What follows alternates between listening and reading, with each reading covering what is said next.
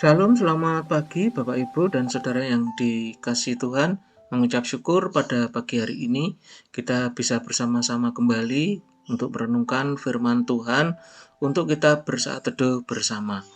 Pada pagi hari ini kita akan bersaat teduh bersama dengan Bapak Pendeta Andreas Daud. Hari ini kita akan merenungkan firman Tuhan dari Kisah Para Rasul 1 ayat 12 sampai dengan 14 dengan tema ditinggalkan namun tetap semangat. Mari sebelumnya Bapak Ibu kita akan mempersiapkan hati kita. Kita akan memujikan sebuah lagu pujian dengan judul Tuhan Pegang Tanganku. Mari kita pujikan bersama.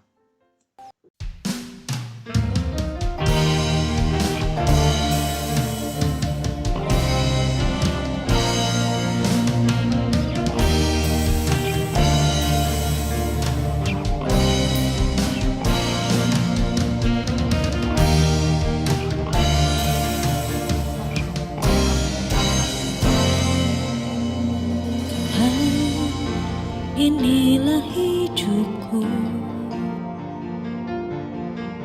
Tuhan peganglah tanganku, tak pernah tinggalkanku.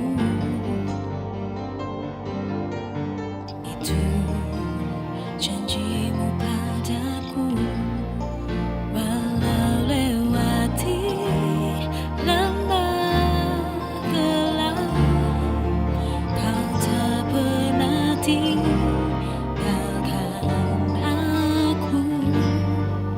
Walau hadapi persoalan, kau selalu pegang tanganku.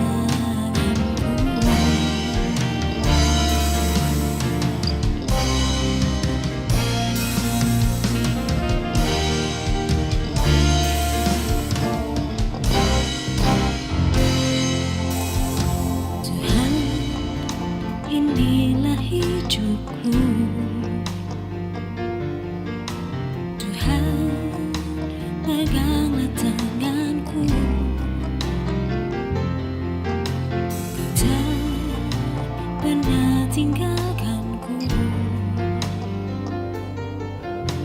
Itu janjimu padaku, walau lewati lembah gelap, kau tak pernah tinggalkan aku. Walau hadapi persoalan, kau selalu pegang tanganku. Walau lewati lembah gelap, kau tak pernah tinggalkan aku. Walau hadapi persoalan,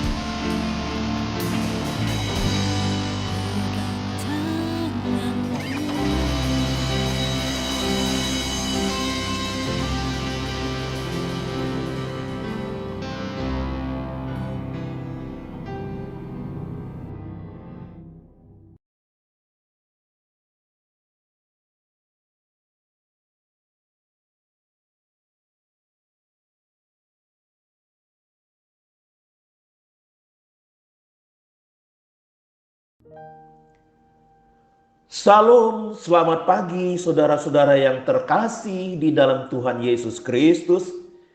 Mari kita berdoa sebelum membaca dan merenungkan firman Tuhan. Terpujilah Engkau Allah sumber pertolongan, sumber kehidupan bagi setiap kami yang mempercayai Engkau sebagai Tuhan dan Juru Selamat kami.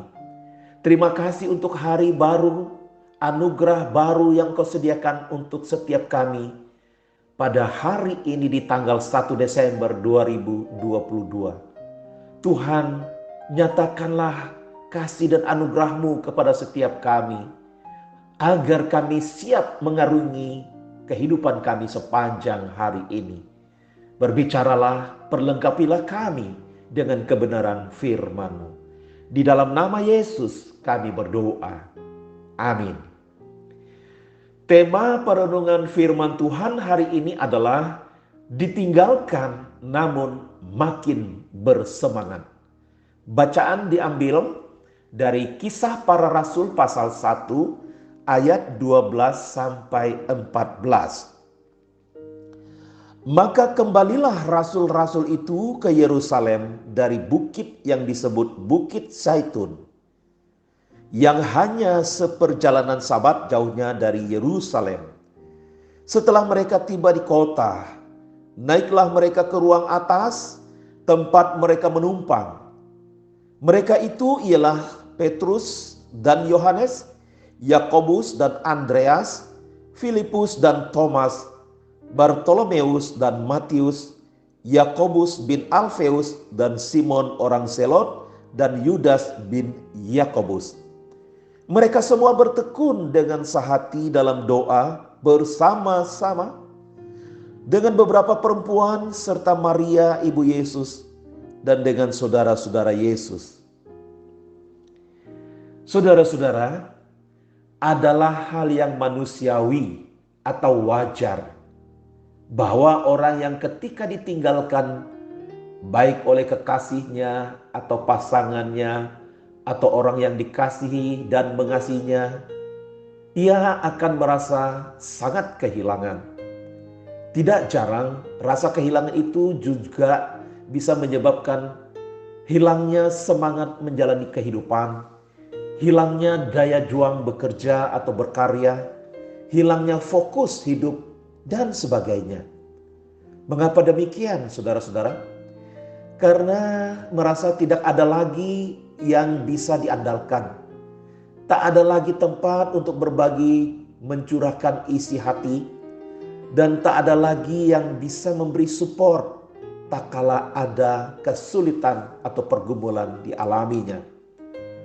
Nah, Kisah Para Rasul pasal 1 ayat 12 sampai 14 ini menampilkan para murid yang bahkan semakin bersemangat ketika ditinggalkan Yesus terangkat ke sorga. Saudara-saudara, sebelum Yesus terangkat ke sorga, ia berkata kepada murid-muridnya, "Tetapi kamu akan menerima kuasa kalau Roh Kudus turun ke atas kamu. Dan kamu akan menjadi saksiku di Yerusalem dan di seluruh Yudea dan Samaria dan sampai ke ujung bumi." Kisah Para Rasul pasal 1 ayat 8. Pernyataan itu diwujudkan Yesus sebelum ia terangkat ke surga. Ia mengangkat tangan dan memberkati mereka. Saudara bisa perhatikan di dalam Lukas pasal 24 ayat 51. Setelah peristiwa itu, para murid memahami akan panggilan mereka, yaitu mengerjakan amanat seperti yang Yesus katakan kepada mereka di Kisah pasal 1 ayat 8. Mereka mengalami perubahan yang luar biasa. Tidak lagi terpaku memandang ke langit, melihat Yesus terangkat ke sorga, melainkan bersemangat dalam berbagai bentuk mereka wujudkan semangatnya. Mereka bersekutu, bersehati, dan bertekun dalam doa. Di dalam Lukas pasal 24 ayat 52 sampai 53 mengatakan mereka sujud menyembah kepadanya. Suatu ekspresi ketaatan kepada Tuhan Yesus. Mereka juga bersuka cita. Itu suatu kesaksian hidup yang merdeka, tanpa beban takut, tanpa beban khawatir terhadap apapun yang akan mereka hadapi. Sementara berada di bait Allah, mereka menyatakan ketekunan mereka untuk bersekutu. Itu suatu gambaran bahwa melayani dan memuliakan Tuhan sebagai ungkapan syukur mereka. Bagaimana dengan kita, saudara-saudara? Setiap kita yang telah diselamatkan oleh Tuhan Yesus Kristus dipanggil untuk menyatakan rasa syukur kita melalui kesetiaan, ketaatan, dan ketekunan menyembah, melayani, dan menyaksikan Tuhan Yesus melalui hidup kita sesuai dengan profesi kita masing-masing. Apakah kita telah melakukannya dengan semangat? Mari saudara-saudara, kita nyatakan rasa syukur atas keselamatan yang telah kita terima dari Tuhan Yesus.